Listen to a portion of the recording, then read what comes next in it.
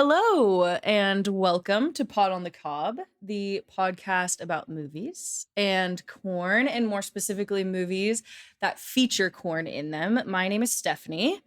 And I'm Tyler. And we're just a couple of pals who love movies. We sort of like corn. I don't know, I've never seen you eat corn. I don't even really like corn. I like corn. Do you? What's your favorite kind of corn? Oh, gosh. Oh, I mean, you don't like it that much. Probably like corn on the cob. Yeah, okay. It's like steamed or like grilled. For me, it's like For me, it's like corn on the cob is just like kernels in your teeth, sloppy with your fingers mess that I don't like at all. Does popcorn count? Yeah. Because then maybe that's my favorite style. That's Popcorn. Casey-Anna's favorite. That's my wife's favorite. Yeah, I have a ton of popcorn just like in my couch and under my couch right now because I spilled a bowl the other night when I was watching a movie. Not this movie that we're going to talk about. But anyways, if this is your first time tuning into our show, welcome. We're so happy that you're here listening. If you have heard us before, welcome back. We are also happy that you are here listening. If you like our show, you can rate us on whatever platform you listen to us on. You can also follow us on Instagram. If you're on there, we're at Pod on the Cob. You can also email us, podonthecob@gmail.com. We love to hear from you guys. So thanks for tuning in. We're really excited to talk today. We have a special episode in store. Yeah, it's Christmas time for those people who celebrate Christmas. We've got our glasses of wine with our Santa Claus faces on them, and there's nutcrackers and festive things all around us. For those of you who are seeing this in video form.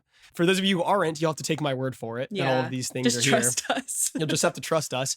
And because it's Christmas time and because it's the festive season, we wanted to do an episode. We wanted to do a Christmas movie. It was surprisingly difficult to find Christmas movies that had corn in them. It's tenuous, but we did land on one. And it is Santa Claus is Comin' to Town. We're going to try our hardest to not make fun of that title. Oh boy, is he coming. It's going to be almost impossible. Almost impossible. It's a television special, an animated television special, stop motion from 1970.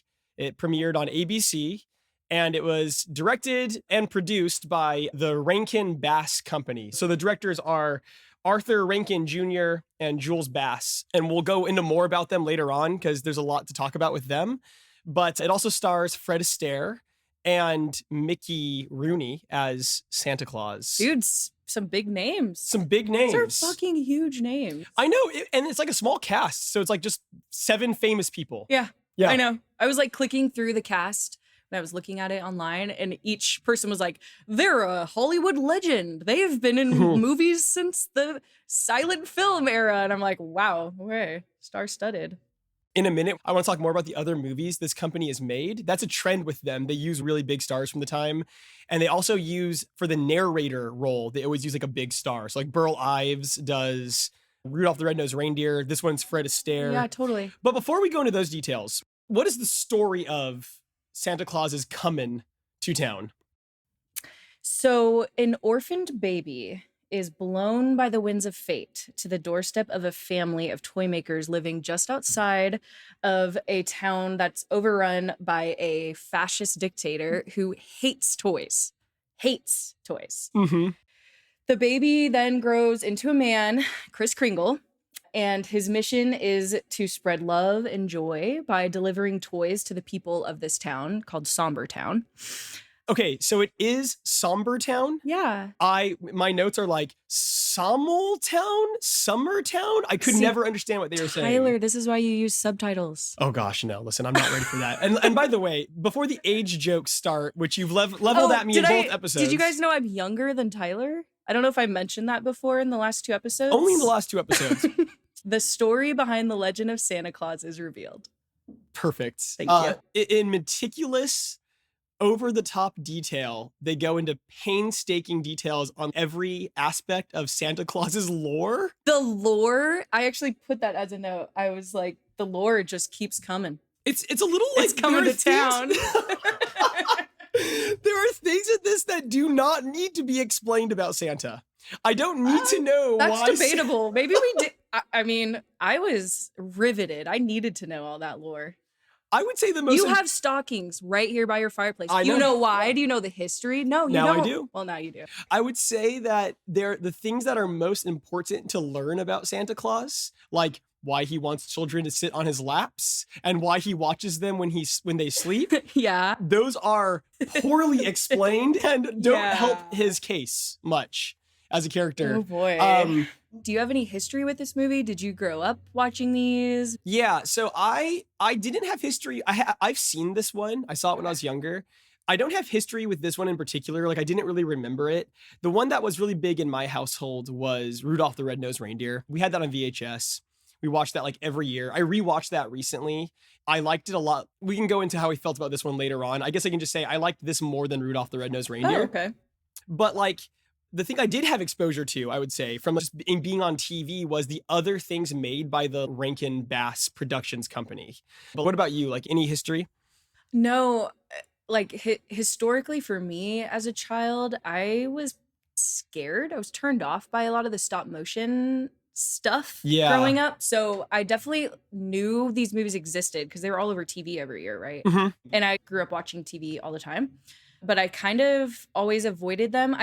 Is there a Frosty one? Yes. I feel like, okay, I probably watched that because I've always loved Frosty. I think I watched that one, but yeah, not a lot with it. I thought they were creepy. The little puppets, the little stop motion figurines, kind of thought they were creepy. Yeah. I never really got super into them. But I definitely knew the movies existed. That's kind of my feeling about them too. Like there's a bunch of them, Yeah, and they'd be on TV, and there is a Frosty one. Here, an interesting thing that I felt about this is it's like an early cinematic universe, and I'm not the first person to feel this way. Quentin Reviews does a review on how this is like basically a cinematic universe. Rankin Bass was formed in 1960. They used to be called Videocraft. They were formed by the two guys that directed this movie that we're talking about today. And they did all kinds of different styles of animation, but the ones that they're most known for are the Animagic movies. Yeah. And what we watched last night was an Animagic movie. Yeah, I saw that. Animagic is a Japanese animation. Okay, so did you... I read about it. It's cool, It's right? so cool. It's super cool. So these movies are literally made in Japan. And that's why when you look at the credits are like all the production crew and anyone who's operating a camera, all of them are Japanese, right? So they made a bunch of these Animagic movies, and all of the Animagic movies, for the most part, and I'm not going to go into as much detail because that Quentin Reviews guy did a better review than we're going to do in this regard. But they're all connected. So they're like a universe. Like Rudolph is the same Rudolph in every movie, and he meets Frosty, who's the same Frosty in every movie. Yeah. So it's like an early cinematic universe, which is fun. Super fun. Love that. What do we got today? We got Marvel. We got everything's trying to be a cinematic universe today. So this one was the third. They also did a bunch of movies that like aren't Animagic and aren't part of this. They did a bunch of other holiday movies and Are stuff they? too. Oh, they're not Animagic. So they're not the stop motion. Not all of them are stop motion. In Okay. fact, one little fun fact, something that resonates with you and I in a big way. Please. They did traditional animation for some, just like hand-drawn animation.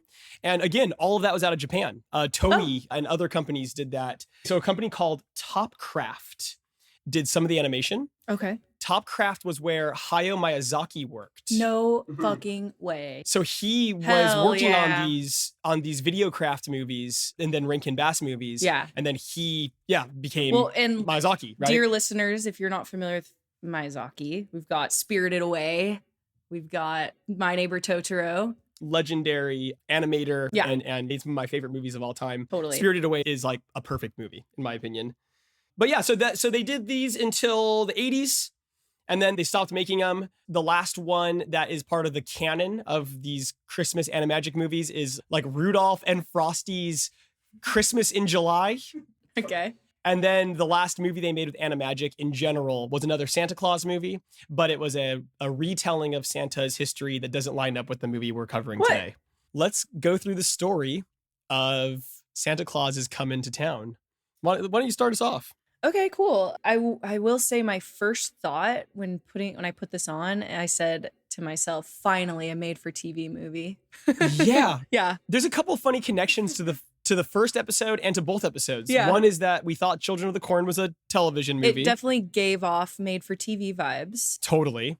The other connection is third movie in a row where child acting, because we get the child narrators throughout this movie. that are talking to Fred Astaire's narrator character. Yeah, totally. I hadn't even made that connection. And they're That's funny. bad.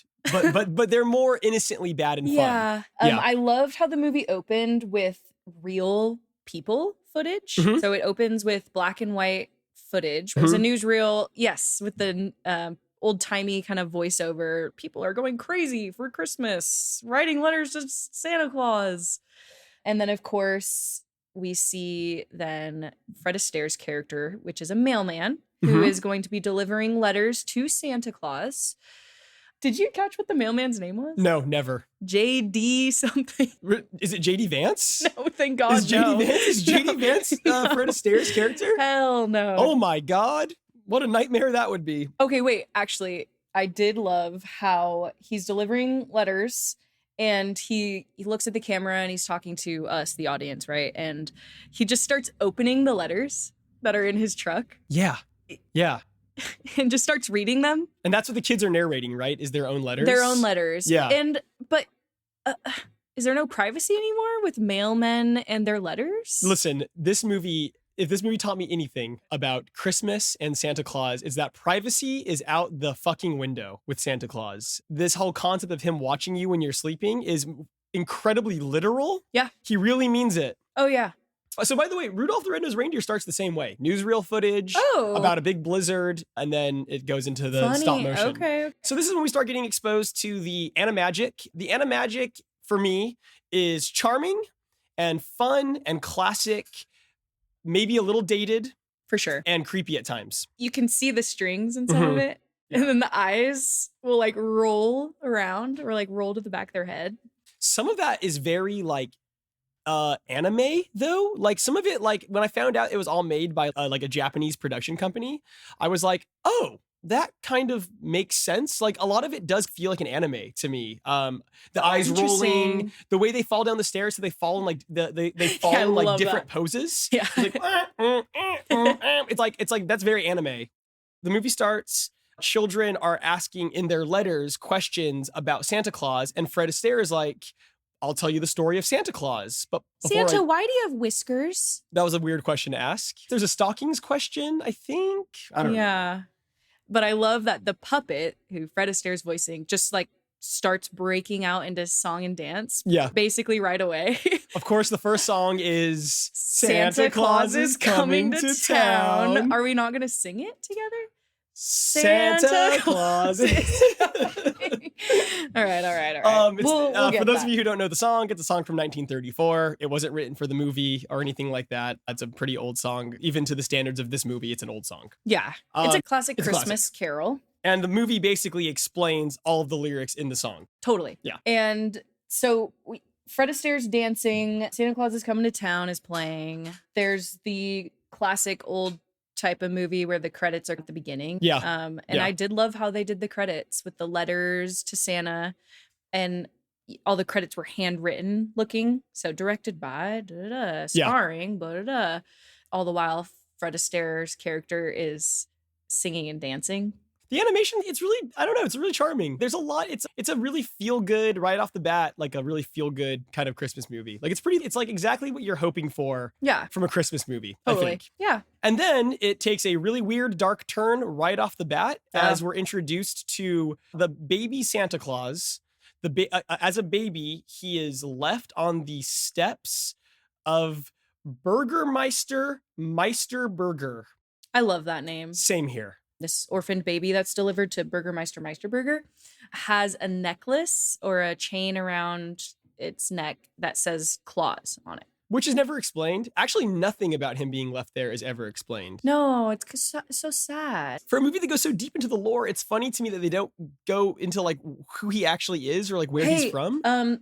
What's this company called again? Rankin Bass. Rankin Bass. If you ever feel like rebooting and making some more money, oh gosh, you could yes tell us all the story of Santa's parents. Yeah, you know, Real biological parents. but I want them to stop a bad guy from shooting a blue laser into the sky and use karate. I want it to be a true cinematic universe where they fight. At the end, they fight Dang. Satan or something. That's what I want to see. Or like Thanos. Yeah, that's what I'm looking for if they do a reboot. Burgermeister Meisterburger is like the governor or the mayor or something. Yeah, I think he was the mayor. Okay. And the town's called Somber Town. Thank you. Somber Town. Get it? Kind of. It's somber. It's a reach. The coloring is like kind of grayscaled, and Burgermeister Meisterburger's got this permanent frown on his face. See, this is where I got confused. And we're overthinking a children's movie already. Well, but is the town always been crappy? No. Then why is it called Somber Town? Maybe he renamed it. Maybe he renamed it. You know? That's kind of his vibe. So in classic, he's a dick. He's like this Scrooge-esque, no fun, grumpy, grouchy character. And he tells them to send the orphan baby to the orphan asylum where they send the other foundlings. Dude, that's so dark. It's super dark. The soldier guy brings this baby to Burgermeister Meisterburger and says, hey, this baby is left on our doorstep. And Burgermeister Meisterburger goes, no. Why would I want a baby? Away with that. Get out of here. I don't want that. And then the most competent soldier ever is taking him to the asylum, towing him through the snow on this sled. And the sled is strapped around his neck or strapped around his waist or something by a rope. I didn't catch that. That's funny. And then he goes, and this big storm kicks up. And the soldier's walking through the storm, and then he like stops and he goes, the sled, and pulls, he kind of shows the camera or whatever, this like broken rope. Where'd the sled go? So he literally just loses the baby. Yeah. And the storm. And that's our first piece of important Santa lore is the sled like flies away. So he's blown away in his sled. Some animals find him. Yeah, the animals save him. And they're afraid that if left alone, the baby will run to the hands of the Winter Warlock, who we find out is ruling this mountainous area. It's like wooded and a big mountain, and this evil Winter Warlock doesn't let anyone in and out. He's really super grumpy. Yeah, again, the movie's like 51 minutes, so I'm not like gonna try to like lament every little detail that's missing, but it's like we never learned anything about the Winter Warlock ever. Okay, you want to know my theory? Yeah, let's go.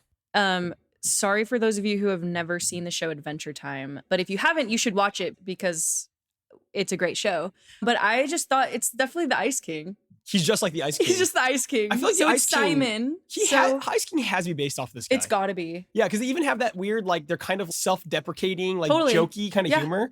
But at the start, he's just spooky. Yeah, he's spooky and mean. So the animals take Santa Claus to a house where a bunch of elves live. Yeah.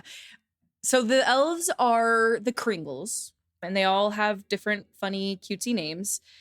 And there's, 4 or 5 guy elves and then 1 lady elf. And I couldn't... Where are you going with this? Well, I was like, what's the relation between these elves? Are they in some sort of polygamous relationship? Are they brothers and sisters? I couldn't tell. Could you? No, and I didn't even think about this. You did? And now I wish. Because the men find the baby on the porch and they all go, a baby, what a great idea, a baby. And they're funny and it's cutesy. And then they bring the baby into the lady and they go, oh, Santa Kringle is the woman's name. Her name's Tanta? Tanta. Wow. And they go, Tanta, we found this baby. And she goes, what a great idea. And then they all kind of like look at each other and I don't know. I didn't think about any of that until now. Now I'm thinking about it. That's a little dark.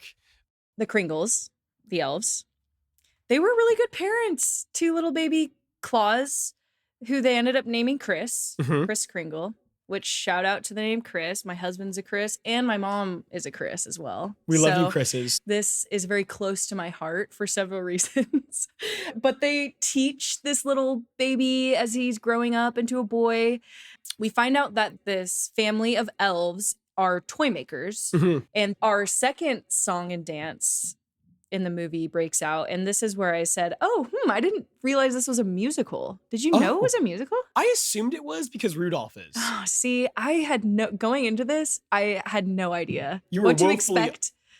And they're singing and dancing. You were around the woefully room. unprepared for this movie. I was. So they're making toys, and we learn that they make toys and then just they have nowhere to send these toys. These toys go nowhere. So they just throw them into a pile. Yeah, the reason the toys go nowhere is because of Meister Burger, right? And the Winter Warlock, who is in between them. That's what and it really the is. town. I'm wrong. It's because of the Winter Warlock. Yeah, they can't get the toys to the town anymore because of the Winter Warlock. They can't cross the pass. So they literally throw the toys into a big pile outside their workshop, which is great. Just into a big pile. It's so funny. hilarious. I love that. And okay, so this leads to my favorite line in probably the whole movie. Kris Kringle's facing the mirror. He gets dressed up in his red suit. Mm-hmm. Which is just what the Kringles wear. Yeah. Yeah. And so he's got his Kringle suit on or whatever. Mm-hmm. And he turns around and he looks at Tonta and he goes, "Well, I'm a man now, Tonta." Today. In case you couldn't tell based on how the puppet looks, that now the puppet's older. Yeah. Kris Kringle is now a man. And I watched this with my wife, and she was getting hot for Santa Claus. Stop it. She said he was strapping. Casiana. She's never called me strapping. You've got some serious competition. I was pissed. Also, it doesn't help me at all that I also really like Santa in this movie. Do you really? I totally do. Oh my God. I think he reminds me of like He's my least favorite character. I loved him. He reminds me of an anime character, like a lead in an anime. Okay. In a shonen anime, like a Luffy or Goku. He's kind of simple, but he's super optimistic and he just wants to help people out. Yeah, sure. And he also has this way of things like working out for him. I loved Santa. Also, Mickey Rooney does a good job. I didn't love Santa. Oh boy. I'm sorry. This scene is also where we learn another bit of Santa Claus lore. He says ho Oh my God. because he hangs out with seals. Yeah. And at this point, I was kind of like, oh my gosh, how funny. There's been a couple little moments in this movie where they've given us little reasons for like why Santa does things in pop culture. I wonder how deep they're going to go into that. Oh my God, I had no idea that they're going to meticulously uncover every single one of Santa's like known qualities and be like, and like each one has an explanation. And they're all so specific and weird. That's like the whole movie basically. Is like they just explain everything about him. Yeah. Upon Kris Kringle now becoming a man, he has taken it upon himself to deliver toys, these toys that they're working so hard to make, and why waste them? He's working so hard to make them, and he just wants to spread joy and cheer to people. Yes. He decides to make the trek to Sombertown, which I don't know if you remember means he has to trek through, I almost want to call him Ice King, the Winter Warlock's territory. Which on this initial journey to Sombertown doesn't really affect his journey in any way, shape, or form. No, it just makes it maybe slightly scary for him. He does meet a penguin named Topper. A cute little pengy. A cute little penguin. He becomes like his like animal sidekick. Yeah. Sort of unnecessary Is that animal lore? sidekick. Santa, if you're listening, can you write in and let us know if this is based off a real... Stephanie, you know you're on the naughty list. There's absolutely no way that Santa's listening to your But he to you at sees all. us no matter what. As we do learn very soon in the story. So he goes to Sombertown, but that him going there also coincides with Meister Burger slipping on a toy on his staircase outside of his estate. And he falls down and he hurts his leg and he makes toys illegal. He says that they're immoral. What does he say? Illegal, immoral, unlawful. Unlawful. And he writes no kidding. No kidding. On the official decree as well. He's such a fucking fascist. Yeah, fuck this guy. I hate Fuck Meister Burger. Okay, but I actually did love... So he slips on this toy and he winds up like bedridden and he's in his bed and there's a doctor tending to him. And the doctor is a total quack and Meister Burger has a thermometer, in his mouth. And he pulls it out and Meister Burger's foot is wrapped up and he has a thermometer in his mouth. The doctor takes the thermometer out and looks at it and goes, "Oh, just as I suspected, you broke your funny bone," and just leaves. Oh yeah, I forgot about that. And I thought that was a really good example of how far medicine has come. Yeah, it's really... It's a medical drama. Yeah.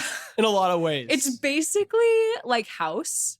Yeah. Dr. House. It's just like Dr. House. Just like Dr. House. So Santa Claus arrives in town and he sees kids cleaning stockings. Yeah. And all the kids do in the town is chores. And he doesn't know the toys are banned yet. Mm-mm. And he walks in with a giant sack of toys on his back. And I get what they're going for with this next part, where he is like trying to convince the kids that they should play with toys and that they shouldn't do chores all day. I get what they're going for, a thing where he's like using reverse psychology on them, but he ends up coming off as an asshole.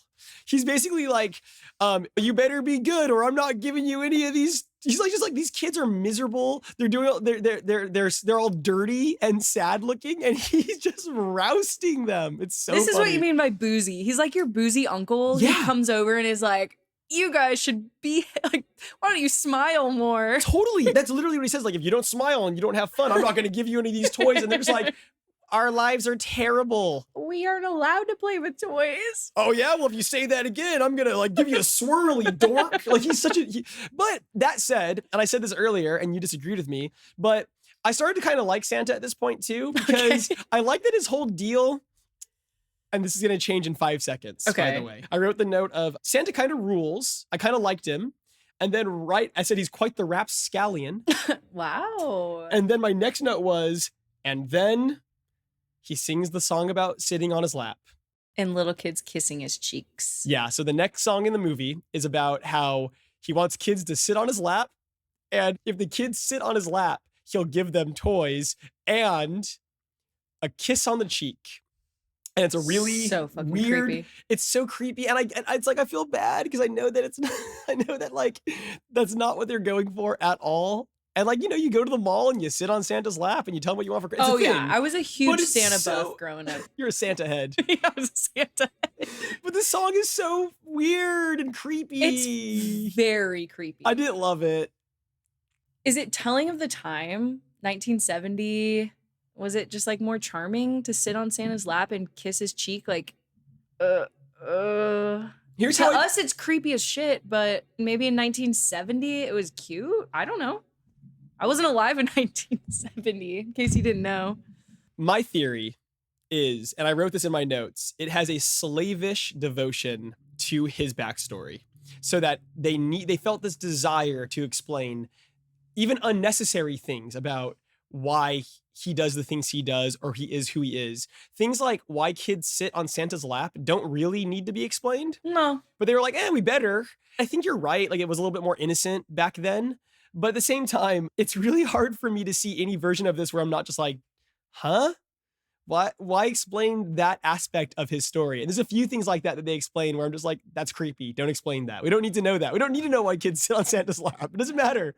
Well, there is one really valuable thing we learn upon this visit to town, besides, all the stuff we just discussed. But he meets Miss Jessica. He meets Miss Jessica, which is like va-va-voom to Miss Jessica. Man, you and Caseyana were just feeling these characters last night when you watched we this were movie. watching Santa Claus is Coming to Town in a mood. Okay. Why do I call her Lady Jessica? My wires are crossed. That's from Dune. Miss Jessica. I'm sorry, Dune? I'm not familiar. Dune? Is that a movie or No. Oh, okay. Moving on. It's a concept. It's a concept of a movie.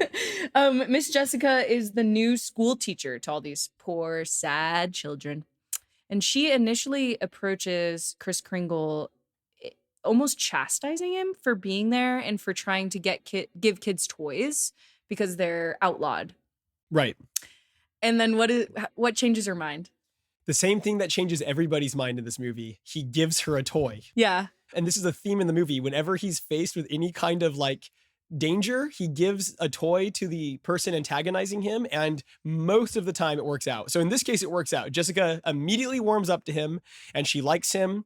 Unfortunately, the same cannot be said about Burgermeister Meister Burger, who runs into Kris Kringle as he's handing out toys. Kris Kringle does give Burgermeister Meister Burger a toy. A yo-yo. A yo-yo, and he just raves about yo-yos and how much he used to love them. But then that switch flips in his mind and he says, no. Arrest this man right now. And then Kris Kringle does incredible parkour to get out of Somber Town. Okay, and I died in that scene because they totally spell out, he slides like a seal, he leaps like a deer, what were the other animals? Like, it was just so... There's one more. Yeah, it's, again, slavish devotion to the lore of Santa Claus. And to me, it felt like reading a children's book or something where they have to bring it back to, okay, he was raised in part by a lot of these animals, these like woodland creatures or whatever, and it shaped him as a person. They coached him parkour. I guess. I don't know. So he escapes and these like super competent soldiers pursue him. Yeah. And obviously they go, oh, he's gone, and turn around.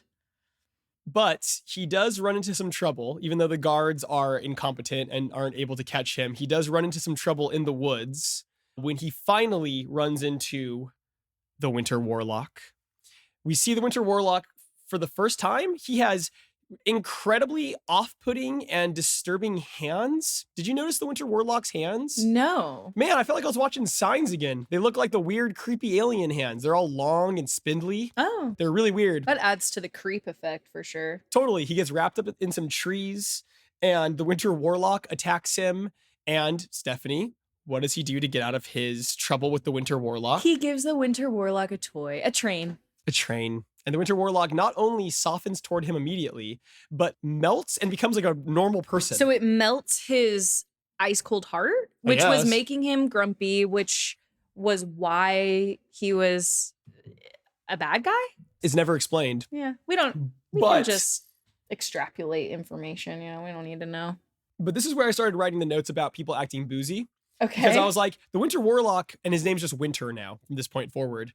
He's like boozy and psychedelic. He's like a hippie. I fucking love the Winter Warlock. Yeah, he's just pretty like, rad. He's awesome. He's just like this weird, scatterbrained hippie living in the mountains at this point. He's kind of magic. He's also like, when the story needs him to not be magic, he's just not magic anymore. Yeah, his magic. So this was definitely something I was really curious about because it stumped me. So why did his magic stop? And I guess the volatility of like his icy heart was the cause for all of the magic. And then now his heart's melted. Now he's just like some burnout hippie living in the mountains, chilling with Kris Kringle all the time. But Winter does agree. So they become buddies. There's another singing and dancing number. Mm-hmm. And Winter says, hey, I'll help you in any way you can with whatever magic I have left, basically. Yeah. Yeah. Here's my snow globe. Yeah. And let's look into it and see what's happening. And do you know what we see in the snow globe? I don't remember what we see, but isn't the snow globe how we find out that Santa Claus can spy on you and see if you're good and bad and see if you're sleeping or not? So this is the magic of Santa being able to conjure up any image he wishes live. So if he wants to see you when you're sleeping or know when you're awake, this is how he does it. Jessica also makes another appearance here. Jessica is now the person who starts delivering. So the kids are so excited about Kris Kringle showing up in town that one time that they start writing letters to Kris Kringle, and Miss Jessica is delivering them to Kris. So she starts delivering the letters, and he's determined to continue to deliver presents to the kids despite Burgermeister's decree. Yeah, so he decides, hey, I'll just go at night under the cover of darkness so nobody knows I'm there. Yeah, totally normal. He tells Miss Jessica, tell your kids, the kids who are writing these letters, tell them to leave their doors unlocked at night. Safe, if sound. they want me to come into their home and deliver toys to them. Right. So he goes into the town at night and starts trying every door. And he goes, if the door's unlocked, I know a child lives here. Super safe, super cool. It's the same principle that Richard Ramirez, the serial killer, applied when he murdered people. If the door's unlocked, I'm allowed inside your house and I can murder you. That might not be Richard Ramirez. One of the serial killers had that credo. So then there's this scene where Meisterburger finds out that that's what he's doing and has a freak out about it and is like, everyone needs to lock their doors at night. Everyone's ordered to lock doors and windows. And he's framed as a villain for that. And this is like, I wrote in my notes, like, this is the one time where I'm like, listen to Burgermeister. Lock your doors at night. Don't let this weirdo inside your house. You don't know anything about him. Burgermeister's kind of right about you should lock your doors at night and not, doors. don't let the stranger inside your house. But the doors being locked That's not going to stop old Saint Nick. Hell no. Hell no. This is Santa Claus we're talking about. So what does Santa Claus famously do to get into the home? Naturally, Right. Santa Claus, with the help of his penguin assistant, says, I'll go through the chimney to deliver these toys. I do love that the first time he goes down the chimney, he is like absolutely covered in soot. Something about that was kind of nice. Totally. This is where we enter into the end of our second act of our movie. It's a very short movie, and we start going to the third act. This is the low point. Kris is arrested. The Winter Warlock is arrested. So sad. It's so sad. All the Kringles are arrested. It takes a very dark turn. I think that although you just hate Kris Kringle for no reason whatsoever, you hate him. Even though you hate him, he makes a noble sacrifice. He doesn't want the kids to get in trouble, so he turns himself in. Sure. We'll hand that one to him, I guess, if we have to. And we're really like, how the heck are they going to get out of this situation? We really are asking ourselves that. The Winter Warlock is disenchanted at this point, as we've already explained. He doesn't have magic for some reason. Yeah, and can I just say, this character, Burgermeister Meisterburger, who's clearly a depiction of a fascist dictator, does a toy burning in the town square. Yeah, you're right. That is so fascist. I didn't even think about that. Oh, right away, Kris predicted that this was going to just be an allegory for Nazi Germany. Kris, your husband, not Kris Kringle. Kris, my husband, who also potentially happens to be Kris Kringle. I don't know. Maybe. Although, no, he's a ginger. I'll backtrack that. We know he's a ginger I also did say I did like Kris Kringle. Yeah, you hate him, remember? So there is a toy burning in the town square of Sombertown. And I'm convinced that the Kringles are using toxic glue to make their toys, because Jessica gets one whiff of the smoke, and she's flying high. There's a psychedelic song by Jessica where she lets her hair down and she's walking through like a lava lamp. Okay, she gets in the fountain of the town. It is the middle of winter. It is snowing. Her hair's down. She's in the fountain and she's singing this like love song to Kris Kringle, who she's met twice. Right. And she's in love with him, of course. Of course. And she's also going on this trip, and there's like, you were saying, lava lamp-y things happening around her. She looks in the reflection of the water and she sees herself, which is like a cartoon, like a hand-drawn cartoon. Right, and she's still the wooden puppet. Yeah. Yeah, very trippy. Very trippy scene. My wife at this point in the movie, she loved it. We both loved this part, and we paused it, and she was like, "Remind me what year this was made?" I was like, 1970, and she was like, "Gotcha." It was like so like end of the 60s. Absolutely. Yeah. Maybe the best like number in the whole movie. It was my favorite part of the movie, but I also will say the biggest laugh for me in the movie was the "Sit on My Lap" song, because it was so inappropriate and weird. I laughed so hard. The biggest laugh was her fucking singing in the fountain, literally with her arms spread open. She's stoned. And she's just singing this love song, and she's like, I'll go wherever Kris goes. Okay, Jessica, calm down. You just met him and he's creepy. So you say. I think he's strapping. Okay. Here we go. Here we go. I'll let you go. So this podcast, Stephanie, our podcast isn't just about movies. No. Right? It's about something very specific. Remind the viewers, what is our podcast about? Corn. Corn in movies, right? We don't just review movies randomly. 39 minutes in to Santa Claus Comes of a 51-minute movie. Yeah, we're almost at the end. Yeah. Winter Warlock reaches into his robes, pulls out the last bit of magic he has. Corn. Feeding corn.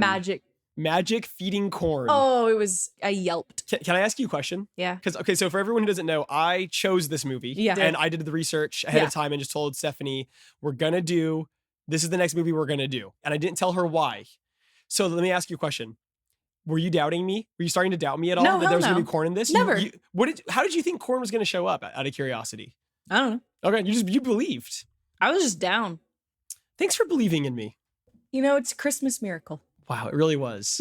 The corn is what, in this continuity, the corn is what gives the reindeers the ability to fly.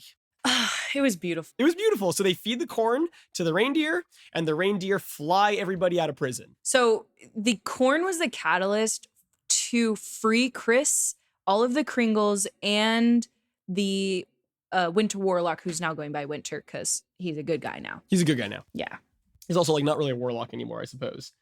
They all get out of prison, and then there is a wanted poster for Kris Do you Kringle. love like the last 15 minutes of this movie? They're so great. They just speed through it at the end. It's a speed run of finishing the song Santa Claus is Coming to Town. Yeah. They have to like check all those boxes of the song. 100%. So he has a beard because he's hiding from the law. Yeah. Oh, and he's answering the kids' questions. I'm sorry. Right, it's fair. Yeah. He's also wanted dead or alive. He's wanted dead or alive. It literally says dead or alive. Yeah. This is also where Casey just said, this is one of my favorite things that Casey said the whole movie, is the explanation for his outfit just that his costume is his culture.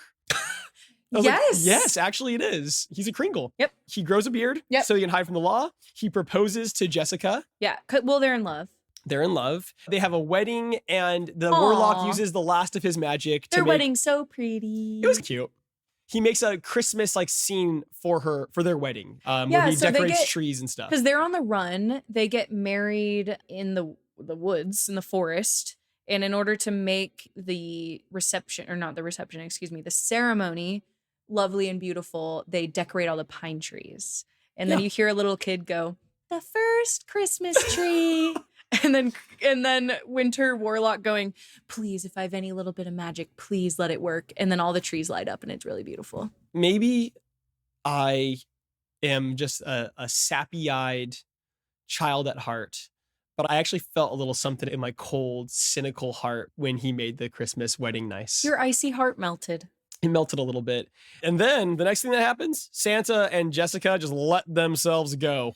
They start gaining weight. They start going gray. Well, they all had to flee to another land. They build a castle. They flee to the North Pole. So, that's how he ends up in the North Pole. He has to go to the furthest reaches of the planet in order to not get caught by Burgermeister Meisterburger. So this is the end of the Burgermeister story. Basically, they just say the Meisterburger family eventually just goes out of power. Yeah, with him, he's the last. He's the last one. I sort of like that the movie doesn't have like a conventional like good guy versus bad guy ending, and that it's just kind of like he just waits him out. Well, and I love, so they wind up in the North Pole, and he's getting old, he's getting tired, and he goes, I can only do this whole trip to deliver toys once a year now. I'm getting too tired. So what day should I choose? Okay, so I have a funny thing to talk about at this point, because I leaned over to Casey and I said, were audiences in the 70s, and really it's the 60s when you think about it, it's just the very beginning of the 70s. Right. I was like, were they okay with this being the story of Christmas? You know, like how conservative were they? I was really curious about this. And I was like, it's weird that they haven't mentioned like Jesus or holiness or anything. And then literally I said this and we unpaused the movie and it's like, so of course they chose the day he would travel to be the holiest of holy day. And I was like, there it is. The holiest night. There it is. But they still don't. But they still never mention Jesus though. Hey, I love it. I appreciate and I think they're that. all gonna go to hell for that, in my opinion. And that's like pretty much the end. That's pretty much the end. I mean, the last 5 minutes is them singing Santa Claus is Coming to Town. Yeah. And marching through town and driving the mailman, because all the while the mailman's narrating this, and sprinkled throughout, the kids are asking their questions or responding to what the mailman is telling them about Santa. The last line of the movie is Merry Christmas. And all of our questions are answered. Everything you were burning to know about Santa and why he is the way he is now answered. Do you feel satisfied, Tyler? I feel mostly satisfied. Good. The only thing that I thought was funny is that they just don't explain. Weren't you expecting them to explain why he is a famously robust figure? He's a heavier set man. I thought there were going to be some explanation for that. I thought it was going to be like, just because he went to the North Pole, he needed to bulk up so that he was warm. I thought there was going to be... just got older. All right, well, in that case, yes, I'm all satisfied. Your questions were answered. Okay, so we've done a good job so far of not sharing how we like actually felt about the movie as a whole, like our impressions of it. You go first. Okay, my impressions of Santa Claus is Coming to Town. I liked it. I thought it was fun. I thought it was charming. It was short. If it had been like an actual feature-length film, I probably wouldn't have liked it. Oh, but it was boy. short. I actually got a kick out of it. I thought it was kind of weird and trippy and psychedelic at all the right times. I was actually really surprised at how much I liked it. I liked it more than like Rudolph, which I was raised Right, on. which you were coming from that. Totally. Yeah. I liked it more than that. And on Letterboxd, I have a couple of lists I've made for the podcast. And one of them is like, as we watch movies, I rank them in the order of how much I liked them. So we've watched Signs, Children of the Corn, and this now. And I put this in the middle. I liked Signs is my favorite thing we've watched so far. But I liked this more than Children of the Corn, I think. I was like, I kind of liked it. Yeah. Yeah. Good impression. I also really liked it. I liked it more than I thought I would going into it. I was really uncertain. I wasn't doubting the corn aspect of it, but I was definitely doubting that I would actually genuinely like the movie. But I thought it was fun. It was a super fun watch, and it was like short, so it was nice. So that's kind of my final thoughts. Do we want to share our 2 favorite and least favorite things about the movie? Yeah, let's do it. Okay, you go first. 2 favorite things I wrote down, and you're going to completely disagree with me. Kris Kringle. I wrote down Kris Kringle and the Warlock as one entry. I like both of those characters. I thought they were really fun and kind of, like I said, I keep using the word boozy, but they felt like they're drunk and like loose the whole time. My second favorite thing was eventually I found it incredibly funny and charming that they had such a, like I said, slavish devotion to the lore of Santa Claus. Totally. I got a kick out of that. Yeah. So those are my 2. What are your 2 favorite things? Okay, 2 favorite. One is definitely that the corn in it was magic corn. Yeah. That we haven't had magic corn yet on the podcast. That's a new one. Definitely had like beautiful cornfields featured, but no magic corn that makes reindeers fly. Yes. So that was exciting. Oh gosh. Now I have 3 favorites, but I'll narrow it down. I said the Warlock and Santa, to be fair. Okay. So I also liked that it was an allegory for fascism and Nazi Germany and how that's like sadly relevant to today's times. And, you know, maybe all we need is a little bit of Christmas cheer to go around and some gifts and some toys. That might help us. I don't know. So we do a Signs review and we bring 9/11 up. And now we do a Santa Claus is Coming to Town review and we bring up Hitler. We're really on a good track and here. Modern American politics. Well, you know, we are living in the times we're living in, and we can't deny that this is our reality. So it's fair. We are slavishly devoted to that. Oh, wait, sorry. Can I add a 3rd favorite? You can add a 3rd favorite. Thank you. I loved how they went line for line of the song Santa Claus is Coming to Town throughout the movie. So he sees you when you're sleeping. Yes. He knows when you're awake. He literally says those words. And he says the words, he doesn't sing them, he says them. But in the background of him delivering the line, it's like dee dee dee dee dee dee. It like plays the little jingle. Yeah. So in your head, pretty much for 50 solid minutes, you're singing the song Santa Claus is Coming to Town. You know, there's worse ways to spend 51 minutes of your life. Yeah. You know? What about your 2 least favorite things about the movie? 2 least favorite things. Gosh, this is a hard one because there's not a lot I don't like. I guess I've said it before. I still do think the puppets are creepy, but as an adult, I can appreciate the art of it more because it's kind of a rad art. I agree. That I'm not involved in at all. But they're like a little bit creepy. And since I did 3 favorites, I'll just do 1 least favorite. What are your 2 least favorites? Yeah, I had trouble thinking of least favorite things too. I really liked this. I said genuinely uncomfortable that he wants kids sitting on his laps. Well, okay, yeah. And kissing him on the cheek. That, yeah, even though that made me laugh really hard, it was kind of uncomfortable. Definitely creepy. And then I said, yeah, it's a little dated. Just like, unfortunately, you know, you can't blame them for making something in the 70s. It's old. It is old. But like, yeah, you know, dated at points, and like the animation, there's some cut corners and stuff. So like, but like, again, like, I don't know, I couldn't think of stuff I didn't really like. Yeah. Okay, so we did our review of it, like how we felt about it. Do you want to hear some Letterboxd reviews? Yeah. Okay, so if you're on Letterboxd, every episode, I go through the most recent reviews. I don't go to the most popular, the most recent reviews of the movie, and I scrub through them and I find my favorites and we read them out on the podcast. Yep. And we say your username. So write reviews for movies with corn in them, and who knows, maybe you'll end up on our podcast. JTOB0802 says, not all of this aged well. For example, him walking into a town he's never been in and insisting all the kids sit in his lap and give him a kiss so he can give them toys. Yeah, exactly. Our thoughts exactly. We feel the same way. Cinejunk says, I guess I'm not a loser after all, which is one of Winter. Cinejunk, you're not a loser. That's one of Winter Warlock's lines in the movie. Winter Warlock's not a loser anymore after all either. Chris, K-R-I-S. Christopher Mike O. Chris says, the animation, while impressive, is some of the scariest shit I've ever seen. Okay, thank you. Yeah. Finally. By and large, on Letterboxd, this movie's really well reviewed. People really like it. And when I was reading Wikipedia, it seems like historically, this movie did well. People really like it. Yeah, that's what I saw too. It was really well received. It's over 50 years old and it's still considered a holiday classic. Yeah. All right. So even though we spend the vast majority of every episode of our show talking about the movie and kind of reviewing the movie, the real purpose of the show, the heart and soul of it at the end of the day is the corn, right? And we traditionally don't rate the movie. No.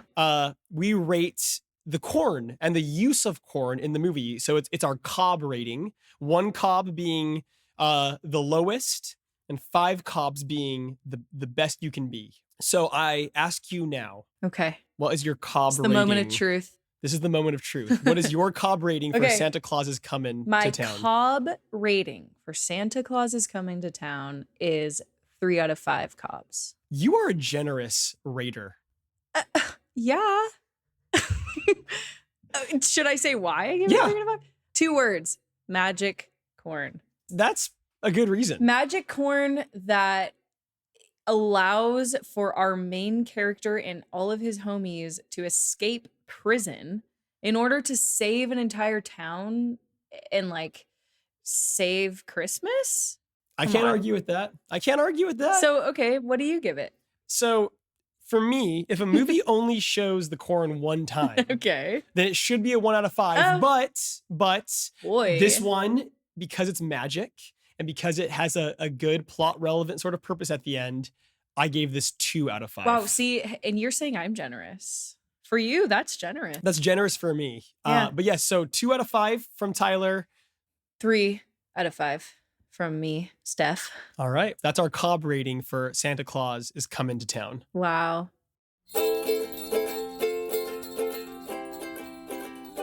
So I've got a couple things on my mind that I want to make sure we still talk about today. Okay? Please. There is a new segment of the show I want to introduce. I want to call it the Apology Corner.